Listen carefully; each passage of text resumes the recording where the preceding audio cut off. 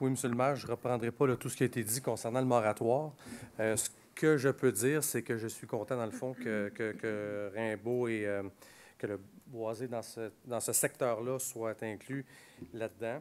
C'est une bataille de l'ancien conseil. C'est l'ancien conseil qu'on avait débattu de ça et moi, j'avais peur que les pics et les pelles s'y rendent. Et finalement, ben bon, on s'embarque dans un moratoire. Je pense que c'est la bonne chose à faire. Cependant, ce que Mme Marcoux a très bien évoqué au niveau des chiffres, c'est vrai. Il reste 20 des boisés à acquérir en zone blanche. Je ne sais pas comment ça représente, mais je sais qu'on devra refaire un règlement d'emprunt, un deuxième règlement d'emprunt qui vient s'ajouter au premier règlement d'emprunt.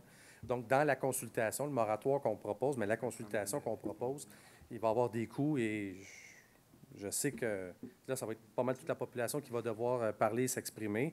Et je ne sais pas si on va être capable sur ce 20 %-là, je ne sais pas jusqu'à quel point on va être capable d'aller acquérir ces boisés-là, parce que c'est une question de sous. Hein. Tout est une question de sous.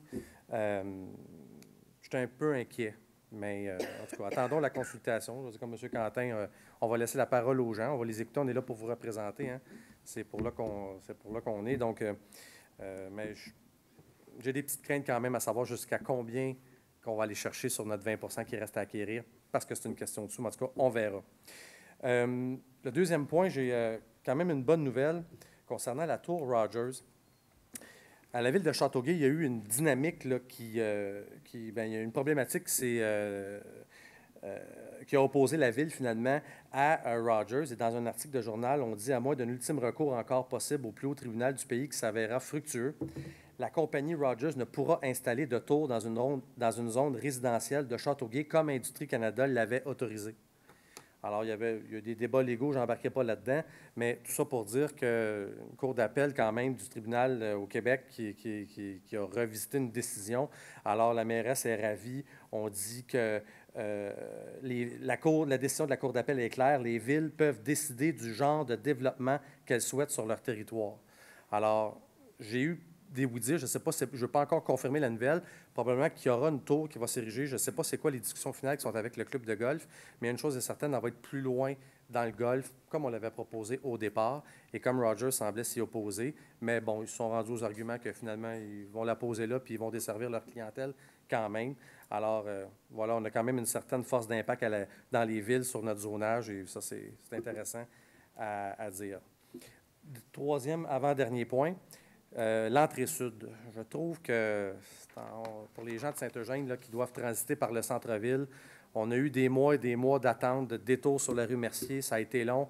On pensait un peu qu'on était derrière, que c'était derrière nous, tout ça. Là, ça recommence.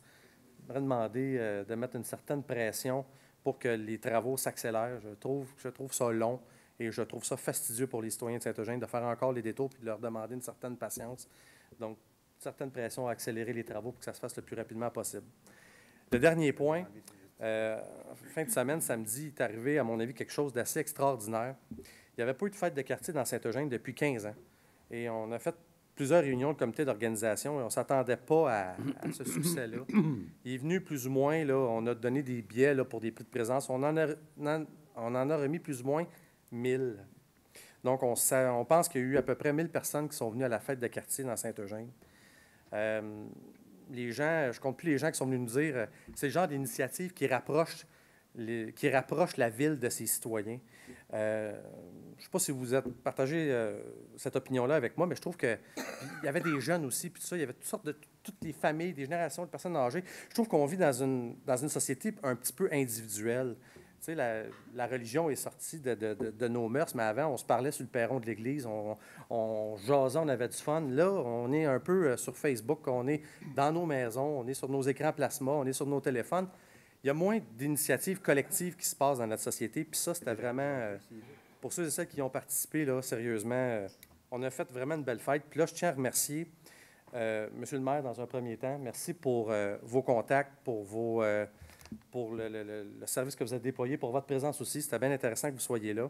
Le Club Lyon, les Optimistes de Saint-Eugène, la Corporation du Fort Saint-Jean, tous des organismes qui se sont impliqués financièrement pour que cette fête-là eut lieu. Et je veux remercier en terminant le service des loisirs. Marie Côté en tête, on l'a sollicité à maintes reprises et toujours répondu présent. Le service des loisirs a toujours répondu présent à nos demandes. Et c'était beau de voir des électriciens à 8 heures le matin, samedi matin, venir brancher les derniers fils. Et les travaux publics sont venus déplacer des kiosques parce qu'il n'y avait plus, puis le terrain était inondé, puis on a ramené ça dans le stationnement. Bref, la Ville a collaboré là, de façon hors pair. Et puis, voilà. Donc, c'est le fun de faire une fête de quartier, puis je conseille à tout le monde d'en faire une. Ça nous rapproche vraiment des citoyens. Voilà. Merci.